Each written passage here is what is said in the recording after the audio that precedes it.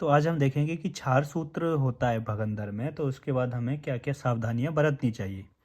ठीक है। नॉर्मली लोग क्या करते हैं, क्षार सूत्र कराने के बाद उसमें जो सावधानियां होती है वो बरतते नहीं है, तो फिर दोबारा से उसको वो भगंदर हो जाता है। ठीक है, कॉम्प्लिकेशन हो जाता है। तो सिकाई सबसे पहला है कि उसमें सिकाई करनी चाहिए। सिकाई कितने दिन में 2 बार।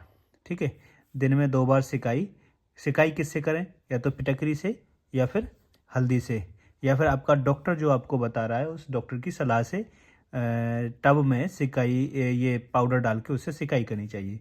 इस सिकाई का काम क्या होता है, सिकाई क्या करेगा, जो दर्द है उसको कम करेगा, घाव की सफाई करता है। दूसरा, वहाँ पे अगर सूजन वगैरह होती है तो सूजन को ये कम करती है सिकाई। ठीक है, तो सबसे पहला सिकाई। दूसरा है कि आपका डाइट यानी आहार कैसा होना चाहिए। ऐसा आहार लो जो कॉन्स्टिपेशन ना करे, कब्ज ना करे, क्योंकि कब्ज हो जाएगा तो कब्ज से क्या होगा कि लेटरिन के रास्ते में आपको दर्द महसूस होगा, क्योंकि टाइट लेटरिन आएगी या फिर लेटरिन नहीं आएगी तो पेट खराब होगा।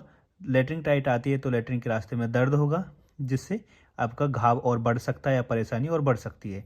तो अवॉइड कॉन्स्टिपेशन, यानी ऐसा आहार लेना चाहिए, ऐसा खाना खाना चाहिए कि जो कॉन्स्टिपेशन को अवॉइड करे। ठीक है, जिससे कॉन्स्टिपेशन ना हो। 3-4 लीटर कम से कम पानी पीना चाहिए, प्रॉपर हाइड्रेशन होना चाहिए। और खाना कैसा हो, फाइबर युक्त। ठीक है, फाइबर युक्त खाना। फाइबर में क्या आता है कि सलाद में क्या है कि जैसे कि फल ले सकते हो, है ना, फल है, या फिर आपके दाल हैं, हरी सब्जी हो सकती हैं। तो ये सब चीज़ें आप इसमें फाइबर युक्त भोजन ले सकते हो, जिसमें सलाद वगैरह, सलाद, फल, दाल, हरी सब्जी, ऐसे। अवॉइड क्या करना है आपको, तीखा, मिर्च मसाला, बाहर का खाना, बर्गर, पिज्ज़ा, मोमो, चटनी वगैरह, ये सब बिल्कुल बंद कर देना है। यानी चाय वगैरह भी ज़्यादा नहीं लेनी, 1-2 बार ले सकते हो पर चाय ज़्यादा नहीं लेनी। तीखा, मिर्च मसाले वाला खाना, बाहर का बासी खाना, ठीक है, ज़्यादा तला भुना, ऐसा खाना नहीं खाना।